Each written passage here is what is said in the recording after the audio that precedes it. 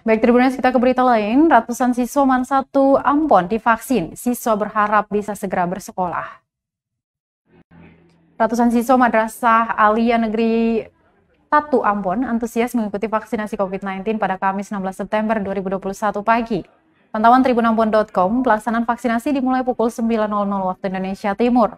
Para pelajar mengantri dengan tertib, menunggu giliran untuk disuntik vaksin jenis Sinovac. Mereka pun tampak antusias mengikuti program pemerintah untuk memutus mata rantai COVID-19 itu. Salah seorang siswa, Diva, mengaku sempat takut, namun dia pun memberanikan diri karena sangat berharap bisa kembali melaksanakan sekolah tatap muka.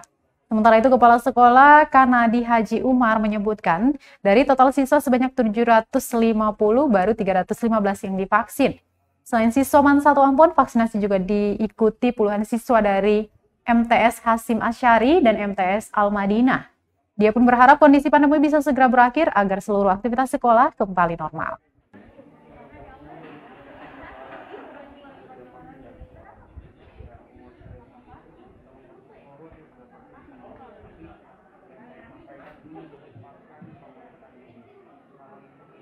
Terima kasih sudah nonton. Jangan lupa like, subscribe, dan share ya.